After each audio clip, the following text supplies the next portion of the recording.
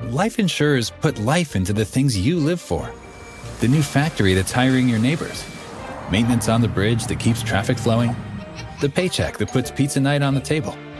Life insurers contribute $8 trillion to the U.S. economy through bond purchases and other investments, and protect the financial security of 90 million American families, like yours. See how life insurers put life into America at acli.com. Paid for by the American Council of Life Insurers.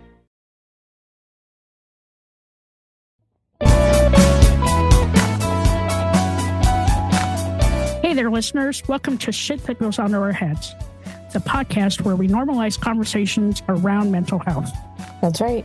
I'm Dirty Skittles, and alongside my amazing co-host, Rex, we are here to share stories and tips from our incredible guests. Each episode, we deep dive into struggles and triumphs of mental health, offering practical advice and heartfelt support. Because no one should feel alone in their journey. Join us as we break the stigma and build a community of understanding and compassion. Tune in and let's start talking about the shit that goes on in our heads. 3, 2, 1.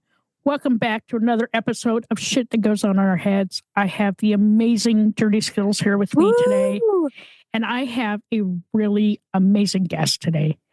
Welcome, Tim. I'm so happy you're here. I'm honored to be on your podcast, Rex and Dirty Skittles, and I can't believe I'm here, but I'm ready. Yes, I cannot wait to get to know you and learn more about you. So firstly, I gather Springsteen fan. Yes. Wonderful. Love it. Way to go. And then we see a throw blanket back there with footballs on it.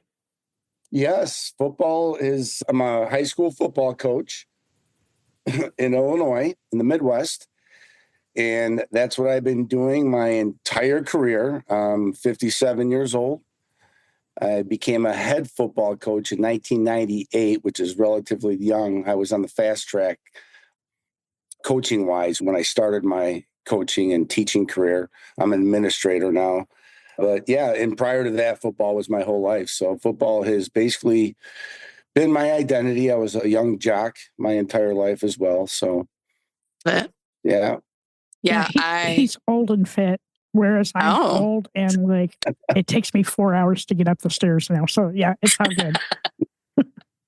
Do you wear your helmet though? That's what's important. You're going up the stairs. Shut up. Your pads, your helmet.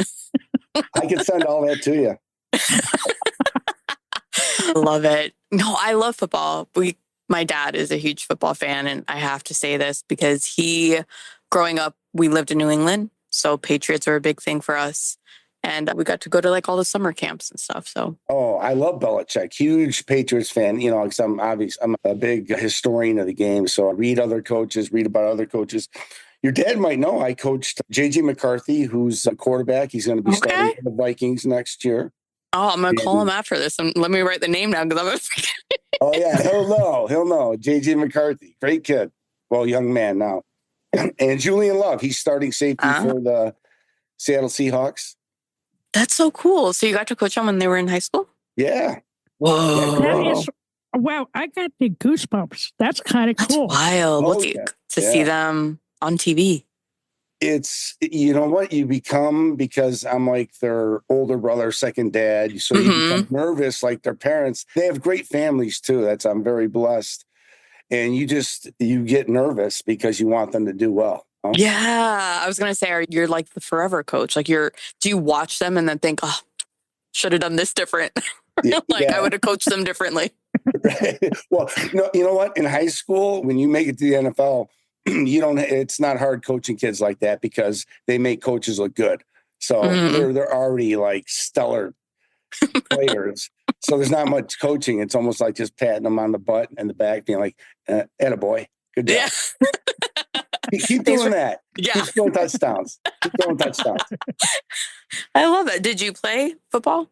Yes, I played at a very young age. I had to that's part of my story. I mean, I had to cry. I'm the youngest of 4 boys in my family.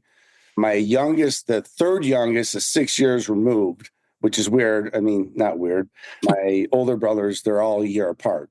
Stan, Mike, and Daryl. Stan passed away in 2013 from diabetes. But I was 6 years removed, and So when you're the youngest, you get beat up a lot. And so I became good at football. But the irony was my mom wouldn't let me play because my oldest brother in the 70s, he played, and she heard him crying one night in his room as a kid, and she got it out of him. She's like, what's going on? What's the matter? And he opened up that his youth, and this is a youth football coach. So when my brother was a kid, these guys, how they coached in the 70s was just awful. So they would shame him, fat shame him, make him do laps in front of the team, calling him names, the coaches. Wow. So my mom, the next practice, the next day, said, "You're not going. You're done with the sport." Took all of his equipment in a garbage bag and literally didn't drive into the parking lot, drove over the curb onto the practice field in front of the coaches in this Dodge Dart that's back in the 70s, gets out, throws the bag at their feet. These coaches are astonished, being like, "What the fuck is this lady doing?" Yeah. And she goes, my mom was only like 5'5". She was short, but she was a tough Scottish woman. And she goes, "You son of a bitch, you ever make my son feel that way again, I'll fucking kill you." And then she got in the car and drove away. Nice. And so then you came along, "I'm ready to play, Mom." Yeah, but that's the thing, because it was years later, but she was really stung. She didn't, she protected her kids, And then when I was in 6th grade, and once again, because every year I'd cry. This year, I really gave it a hard shot. I was in the back seat. I'm looking at her eyes in the rearview mirror, and I started bawling. Where I'm like, "I just want to play. I just want to play." And she gave in. She saw how much that I loved it and I wanted to play. And so she let me play. And the sweet ending to that story was because, I was the youngest, I was talented. So at the games, this guy that coached my brother was still coaching in this youth league. And so he would be hearing our last name, Racki, over and over again. And my mom got a lot of joy out of that. This guy would have to hear the name that he shamed. I love that. And then our name was like, so yeah, that started my whole journey into football. I love that. What about the sport drew you?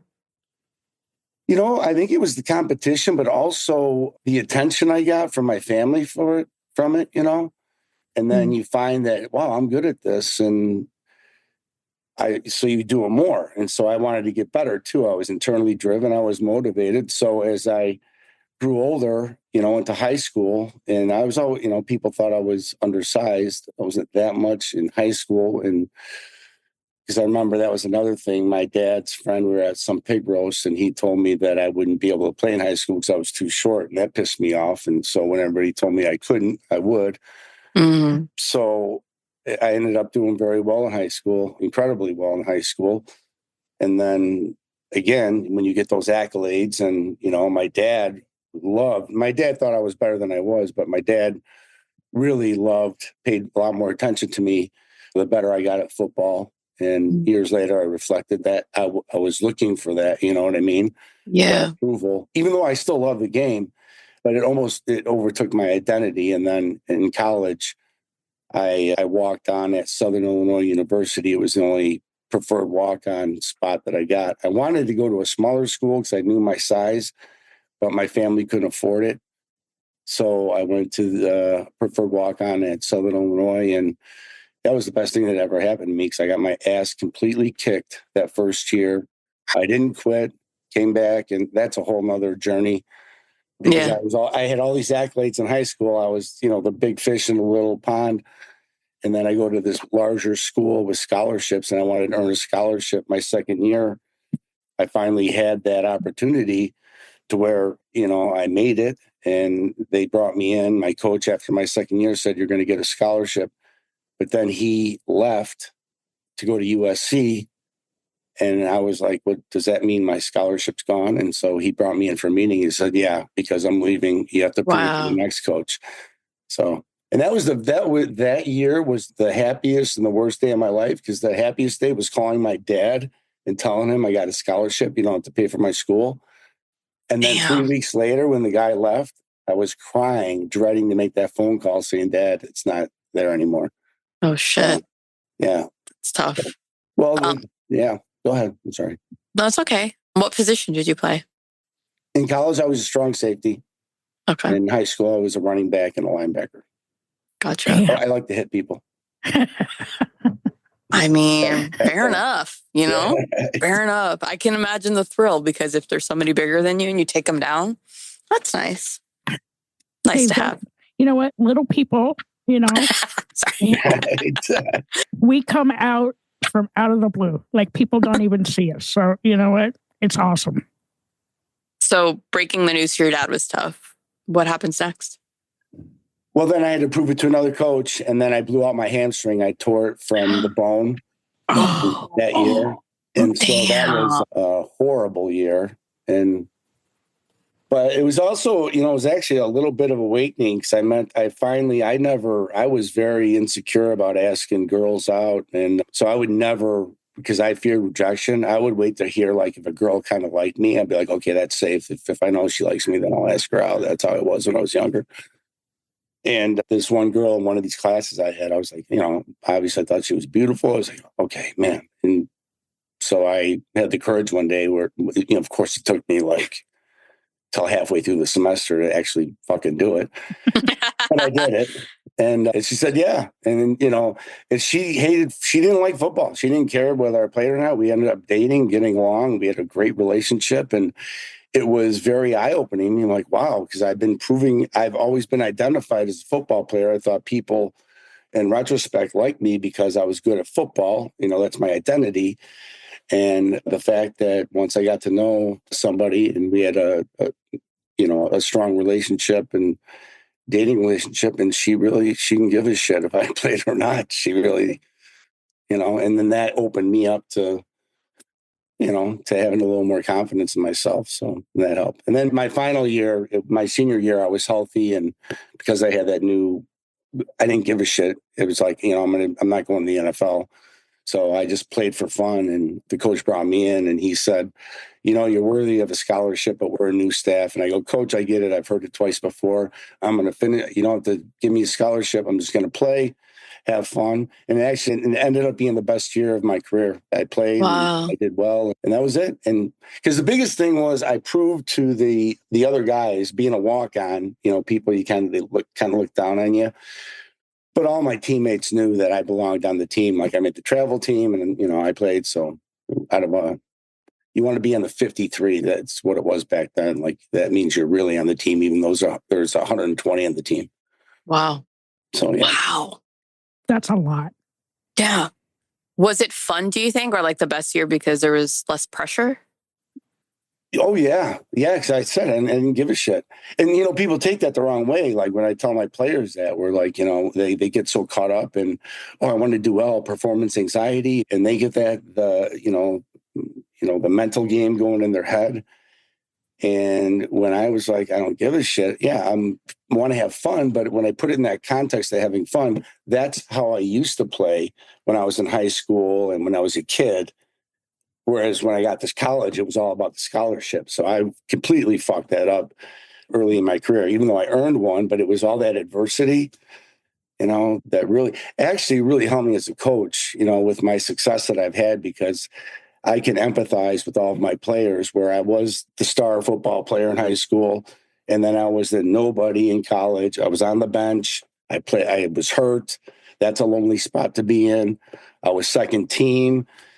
I played. I was a role player. So I've seen every role you can see in playing football. And I think that's helped me tremendously, helping my kids as a football coach.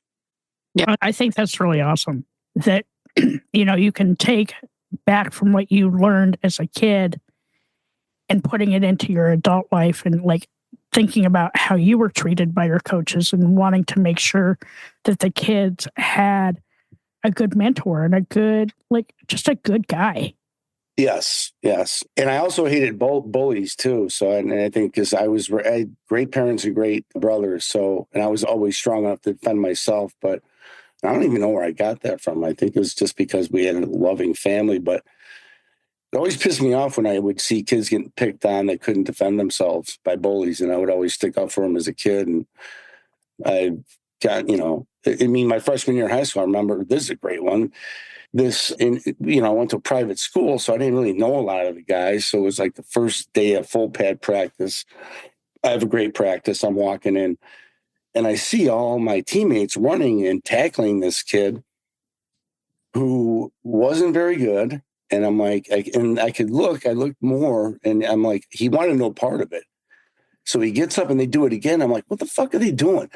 I run over there. I start pulling guys off, saying, get the fuck out, get the fuck out. And so, they all get off. They all go because, they knew I was good. So I was like an alpha.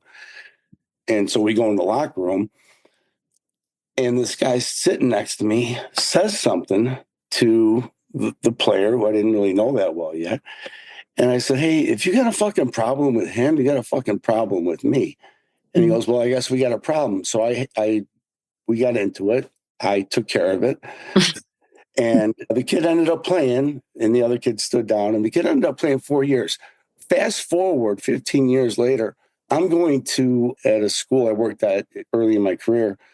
I'm going to an administrator's house for a meeting and I'm walking up to her door and this guy is bringing out the garbage and he goes, Tim Racki? And I go, yeah.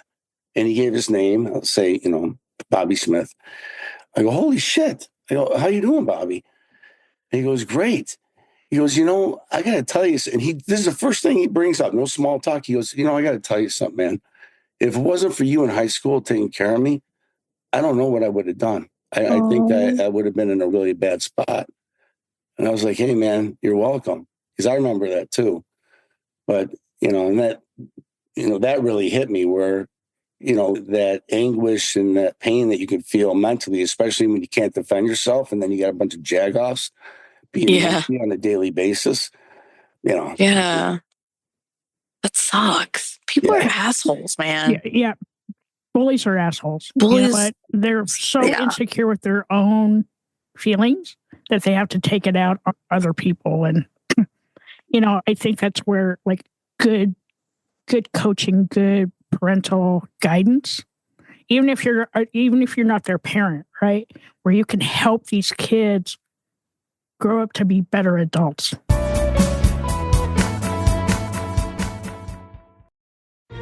Life insurers put life into the things you live for. The new factory that's hiring your neighbors. Maintenance on the bridge that keeps traffic flowing. The paycheck that puts pizza night on the table. Life insurers contribute $8 trillion to the U.S. economy through bond purchases and other investments, and protect the financial security of 90 million American families, like yours. See how life insurers put life into America at acli.com. Paid for by the American Council of Life Insurers.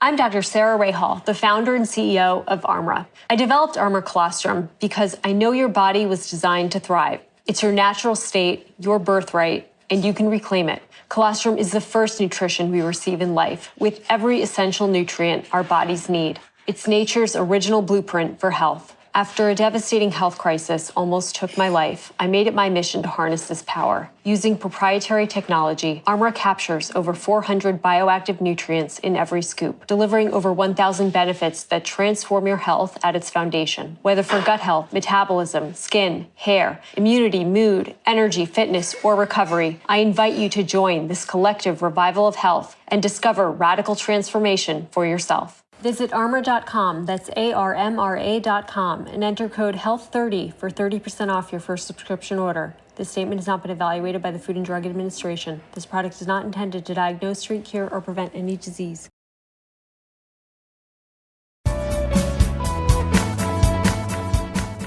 Yeah. Well, that's the first meeting I have with my kids is I tell them, I bring all incoming freshmen, and I say, some of you are talented at football. Some of you guys just are learning and maybe are not as skilled, and that's okay. And I make sure all my captains know that the guy that maybe has difficulty running forwards or sideways, maybe he just needs to be a part of something, a family that can protect him and help him, because we all have shit going on, boys. And that's the irony. I'm so good at giving and helping other people and saying, and I'm finding that I have to do that for myself as well. Yeah. Do you find it more difficult to do it for yourself? Oh, yeah. I mean, fast forward, in March, I've been part of these winning state titles, and, I look at my resume or we'll win another one this past season. And I'm like, holy shit, how did this happen? Where, because I'm just trying to, I'm competitive. I want to win. That's part of the game. But I do it in these unconventional ways, at least I think, but I also think it's common sense. Treat each other right. Don't be a fucking asshole. Don't be a bully. You got to build that culture, put time into it, teach them how to be leaders, which I do. And it just, but I also, you get that imposter syndrome, where I'm like, I'm just me. I'm not, who am I? And, I'm just being who I am. And it's, so, you just have this tough guy exterior where I'm helping other people, but then I'll come home and I won't be the best husband, Yeah. You won't be the best version of yourself because, we take on all our stuff, but then when we bring it home, because we don't know how to turn it off, right? And that's what happens is we don't know how to turn it off. Right. Right. Yeah. And listen, I'm a loving father. I have 2 wonderful sons, and my wife is kick-ass. But I think because of this epiphany that I had in March, and I shared that with you, G-Rex, and Dirty Skittles, I'll tell you. So it's during the men's tournament, the basketball tournament in March, and these guys I've known for 30 years. And one of them, out of the blue, he was drinking water, and I didn't judge him. I just thought it was weird because I hung out with him. I'm like, hey, what's up with you got something to do tonight? He goes, no, and he was so open about like his mental health. Just kind of conversationally. And it was, he was like, you know what? I was drinking too much. I haven't been a good husband. He's saying all this shit like in a conversational tone in front of all these guys. He's like, yeah, so I just decided either I got to do it or somebody else has got to help me do it. So I've been doing this and this. And because I was this and this, hadn't been a good husband, not there enough for my kids. My job, I found that I was drinking too much during the week. And I always just had my mouth to the floor. And he just described exactly how I felt. Wow. So I called him and he goes, hey, listen to this podcast. And I never, before March, I never listened to podcasts. I was like, I don't have to, and I stopped reading books. And I used to always read books. So I'm getting all these signals like, okay, you come home, you sit in the fucking garage, you have 3 beers before you even go say hello to your family because you're on your fucking phone and you're taking care of business and you got what next year's tier, whatever problem is happening, you have to fix now because that's more important than your family. Mm-hmm. You go in, you wash up, go to the garage again. What other emails did I get? Text. What else am I taking care of? And that was my pattern. Like the football season runs from August to November. When you go to the state title in Illinois, it's on Thanksgiving weekend. So it's a grind. It's 7 days a week that I work. And then it spills into the off season because right after, we're not the pros. I'm not a Division I coach. So you have to plan a fucking banquet and then you get to plan the off. So it never ends. Right. It's just a cycle. So everybody sees how cool. Yeah, it's cool to win titles, but it's fleeting. You know what I mean? And especially when it's at the expense of your family. So I listened to him and then I heard a podcast. So I listened to some podcasts and the thing that struck me was just because your elevator is going down, you don't have to wait till it crashes to the bottom. So I didn't crash to the bottom. You know what I mean? Yeah. But I knew I had to address my mental health if I wanted to help my family and myself. Yeah. That's a big step. It's a big step. And I think it's important that, you're on the podcast and talking about this because one of the things that we find with men a lot is that they don't want to talk about their mental health, right? There's a huge stigma around that. So having you come on and talk about your own mental health and just even about coaching, right? Because part of your job of being a coach is being kind of like a substitute parent for a lot of these kids. And so you pour and pour and pour, but you never take back for yourself. Yeah, no, and I haven't. And I think that's the thing, And it's listening to because I've listened to enough of your podcasts, both of you, where the one thing that struck me is like one of the questions is like, what's the hardest lesson you've learned? And I'm going through it right now, because the hardest lesson I've learned, because now that I've had going on 2 months of reflecting of how I was, I'm ashamed of how I was. I mean, Can I ask, why do you say that though? because I didn't treat my wife and I have had the best 2 months we've ever had because of how I've been making small changes every day. Yeah. And because I used to put everything on her, like, I'm doing the football, you take care of all the bills, I'll clean the house. I'm a type A, so I do the outdoor work. That's the other thing I do to shut down is I'll put my earbuds in. I love doing yard work, and it's to get rid of my anxiety, but also there's something to be said about just taking some time, which I've been doing now. Now it's becoming a habit. It is a habit where I come in, I want to see how her day was first. I can leave my phone in the garage, talk to my kids, whatever, and just be present. In those little steps I've been taking one day at a time. So I guess I'm liking what I'm doing now, I guess. And so I am ashamed of what I was, I guess. Yeah. And if this is triggering, you don't have to answer. I think I'm curious why shame is the emotion for how you were before. I think because I am so built on not wanting to fail or to be better than I am, and looking at how could I let myself be like that? Well, how could I let for that long not be able to see how I wasn't present enough for my family or my kids? You know what I mean? Yeah. Yes. And I think like your journey, it sounds like, is beginning, right? With like therapy and learning more about you. Yeah, no, yeah. And you, the one with, what was her name? Oh, it was a good one. I had it written down. Is it Bonnie? Bonnie Wims? Yeah. Love Bonnie. Yeah. Love her. Yeah. And that one helped me because, see, I've been reading. I love reading again, which is another thing that I've been doing. I've torn through like 4 books, which I haven't done in years, and also listening to podcasts instead of music and working out. So I think that the therapy piece is the one thing that because I went to therapy when I was in my early 20s, and I found that I was doing to the therapist was what I try to do with other people. You try to put on this facade of I don't want her to judge me. I don't want her to think I got, like I wasn't transparent. I didn't look at it like she's working for me. Yeah. I was like, I don't want her to think bad of me.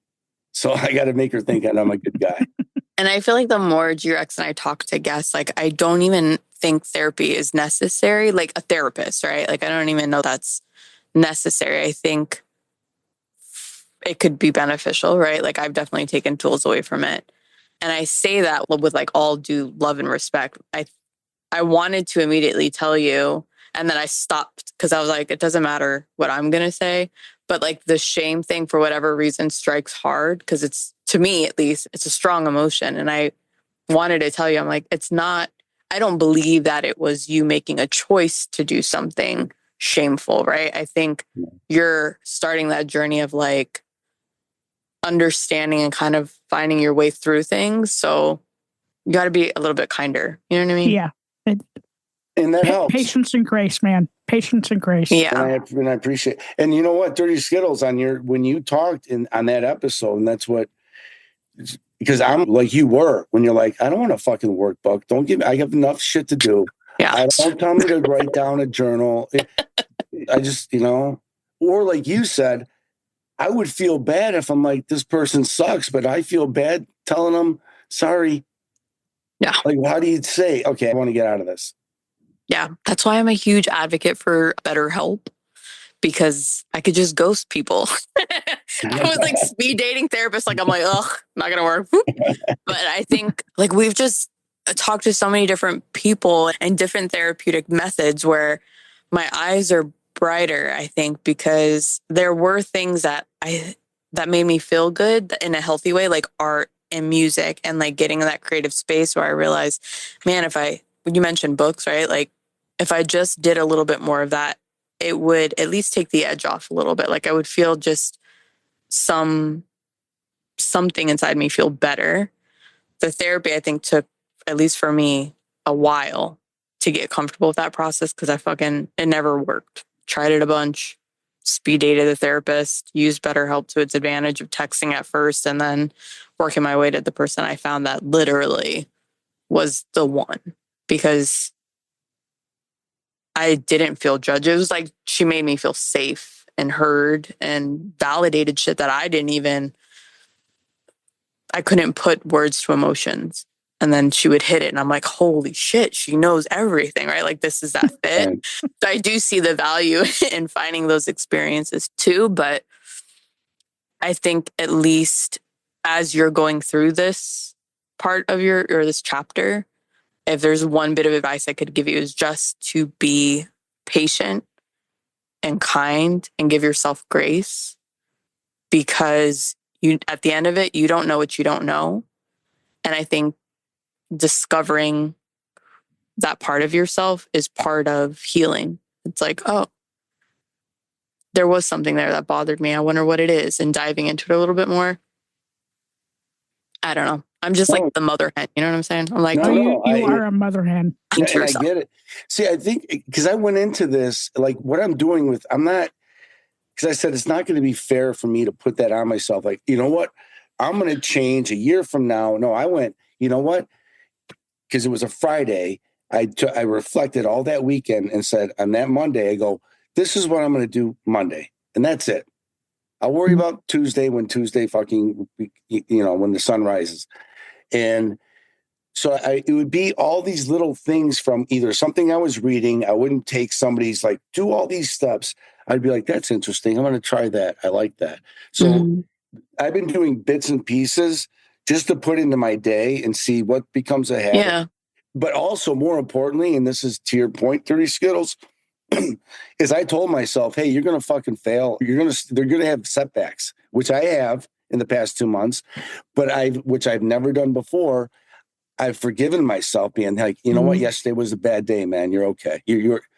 And doing those little things because in the past I would have this humility to a fault. Like, I don't want to look at anything I've accomplished.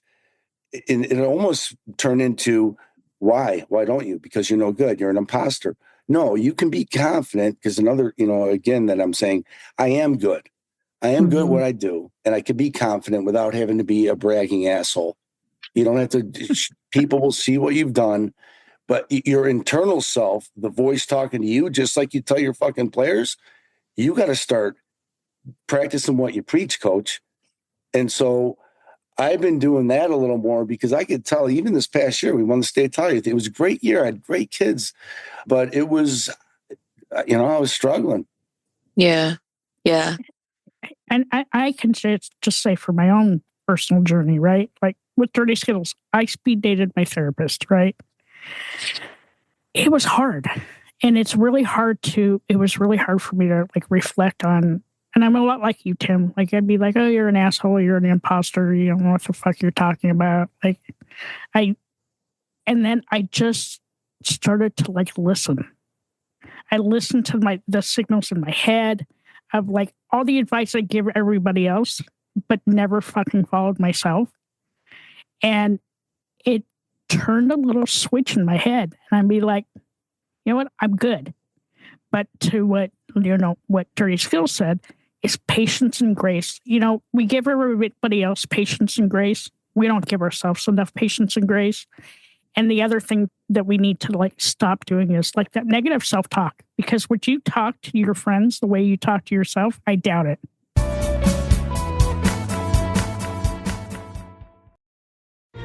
Life insurers put life into the things you live for. The new factory that's hiring your neighbors. Maintenance on the bridge that keeps traffic flowing. The paycheck that puts pizza night on the table. Life insurers contribute $8 trillion to the U.S. economy through bond purchases and other investments, and protect the financial security of 90 million American families, like yours. See how life insurers put life into America at acli.com. Paid for by the American Council of Life Insurers.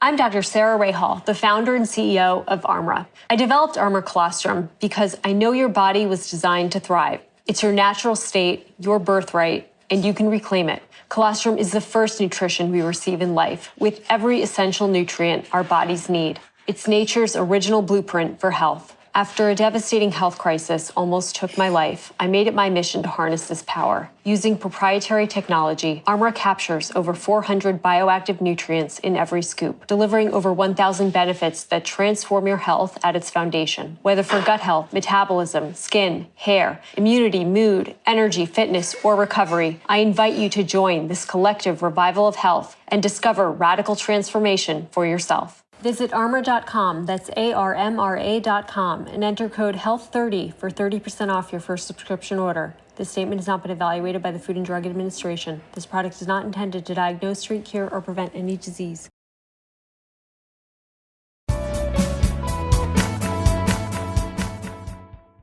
And that's the other thing that helped was because I went back to, okay, when did you feel confident about, you're most confident and take care of yourself? It was when I was playing football, high school, college. And so when you tap into that guy, that gives me more discipline to take care of myself now. And then I reflect on, well, what's your game plan, coach? And then I look at, well, what do? You're big on culture. How you want your teams to treat each other. How are you going to treat yourself? How are you going to lead yourself? I'm big on leadership. How am I going to lead myself? You're great at telling these teams how to do it. You're great at motivating these teams. How about doing it yourself? You build relationships with your family. You do it with your teams all the time. So I guess I'm taking my own playbook and I'm putting it in the mirror and showing appreciation is a big thing that I have with my guys on my teams, how we deal with failure. So it's really ironic that everything I'm looking at, because everybody's telling me, I've done a lot of speeches to football coaches about leadership and culture. And it's funny now that I'm looking internally and reflecting, and I'm looking at all my notes of these talks that I do. I'm like, well, you could start applying everything that you do with your teams to yourself. Maybe that'll help. This reminds me of I remember going through a lot of emotional, all the stuff from my childhood trauma. And I don't think I ever had imposter syndrome, but I battled with believing I deserved the good thing, right? Or I deserve to be happy. I deserve to be healthy. I deserve to be selfish. I deserve learning that these are all things that I had such, shame. I think that's why that word bothered me. I think I had so much shame doing things for myself. And knowing that, yeah, shit's shitty now.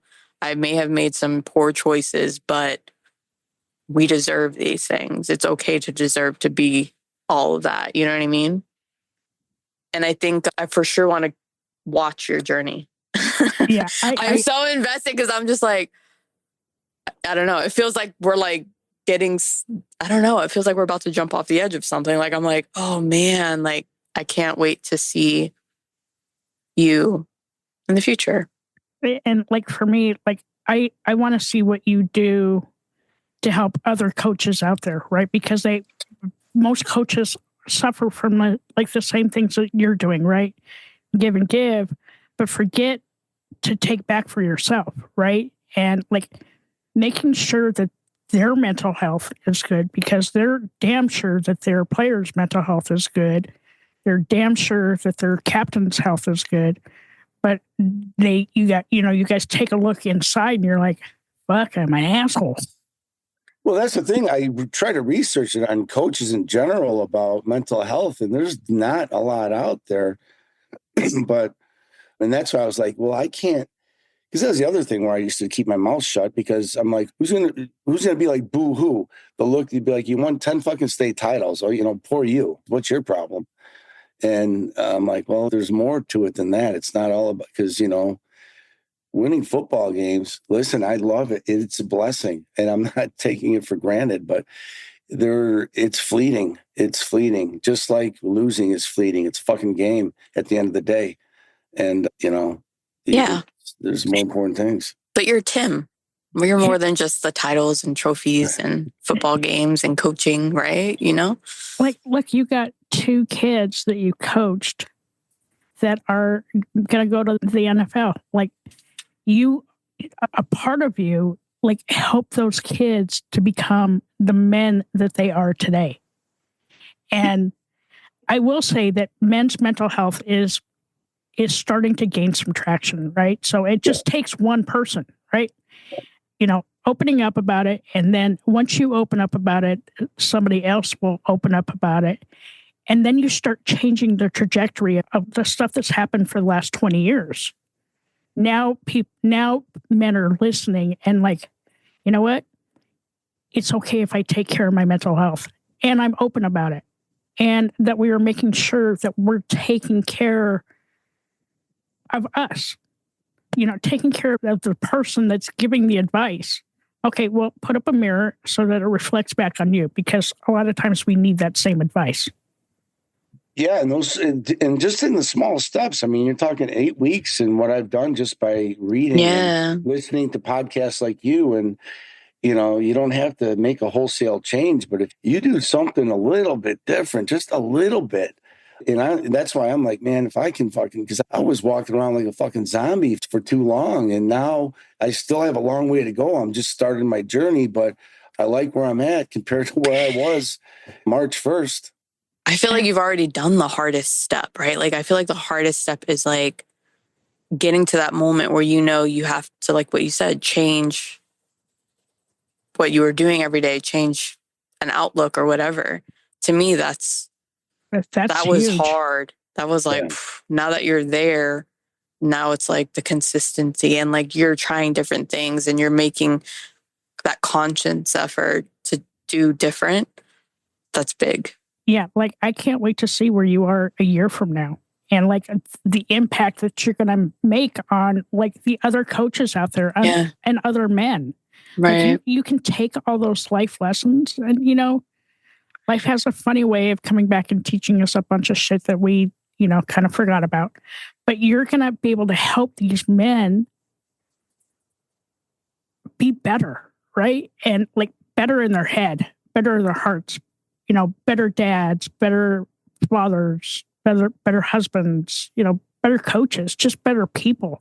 Like once you start doing a little self-reflection, like, fuck, I'm a dick. Right. Well, that's the irony is that's one of my strengths as a football coach, because I've always had the wherewithal. Like, all these kids aren't going to be in the NFL. They're not going to play college football, but I want even the bottom third of the roster, the kid who just wants to be a part of something and wear their jersey. I want him to get something out of this too when he becomes a man.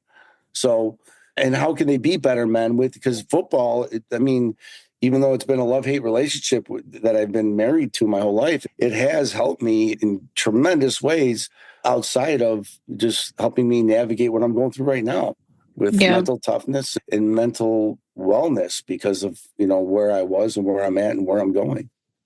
And I'm really proud of you. I'm really proud of you. You took the first step. A lot of people don't have that in them to take that step. And like I said, I can't wait to see where you are a year from now. And you're sharing it, right? Like it's like we can't forget, right? Like, yes, you took the first step for you, but now you're like saying it out loud so other people can hear. That's huge. Very strong. Oh, you just reminded me. I thought we were just talking to us now. But I'm so proud of you. And the world is really hard right now. Like everything's on fire. And, just taking that moment and think about all like that good mental health stuff that you're teaching the kids, right? Because one thing that doesn't get taught in school is how to deal with your mental health, right? You being an amazing coach, you probably take the kids and help them with their own mental health, because maybe some of these kids don't have those resources, right? Maybe don't have a good family home life, are not the brightest in school, are getting bullied, but you're giving them tools that they can take into their adulthood. And they're going to look back on those lessons that you taught them and be like, damn, this coach changed my life. So if you take those lessons that you've given away for, 100,000 years now, because it feels like 100,000. I know. I spent 45 years in corporate America. It felt like 100,000 years. But take all those lessons that you taught everybody else. Quit laughing, Dirty Skittles, because I'm going to fly to Georgia. But take those lessons that you taught everybody else and apply them to yourself. Exactly. And that's what I've been doing, and that's what I'm going to continue to do. And it's the journey's been good, but like we said, it's not going to be all smooth, and I'm going to have those dark days, but I just want to get away from the garage days. I love my garage. It's like a man cave. I got a man cave in my shed in the backyard, and there was just way too many times where I would just sit there catatonic, drinking a beer and staring into the abyss, I guess. And well, it sounds like you know the questions I ask, but I have my 2 questions for you. Okay. Oh my God. G-Rex, how many times have you had to hear these today? Love you. Heart you. If you can go back in time to a younger version of yourself and give that younger version some advice, what would you say, and how old are you? I would be a senior in high school, and I would say, as you move on to this next journey in your life, balance. And it's okay to join the debate team, which you're going to want to do. And it's going to be okay to major in public relations and join that club that you wanted to. Football is, you love it, but balance. I would tell myself balance. I was ready for that one. I knew you would be. I literally was like, shit, I should have, I got to have like that backup. You know what I mean? Or maybe it's just time to switch them up. Who knows? It could be. Hardest lesson you've learned in your life so far? Oh, I answered that right now. Not the hardest lesson, being more self-aware. Yeah. And being, it would be self-awareness. I always thought I was self-aware until you don't know what you said, Dirty Skittles. You don't know what you don't know. And I used to think I was self-aware, but now that I'm taking care of myself much more than I ever have up to this point, that would be the hardest lesson that I've learned. Why is it hard for you? I guess it goes back to what we were talking about with, when I reflect on how I would be so closed off and not want to say, I'm hurting, I'm having a bad day, I'm struggling, I don't know how to deal with this, but you know what, how I'll deal with it? I'll sit in the garage and I'll drink a few beers before I go inside. I'll see if that takes the edge off, and then I'll watch TV or be on my phone and just try to get through the day and then repeat and rinse. So making those minor changes to those habits has been tremendous. But I still got a way to go. Hey man, patience and grace. Yeah. All right. So my questions are, if your anxiety had a theme song, what is it and why? The one is a real dark song, anxiety song. It's called Monster by Popular Monster. That's it. Popular Monster by Falling in Reverse.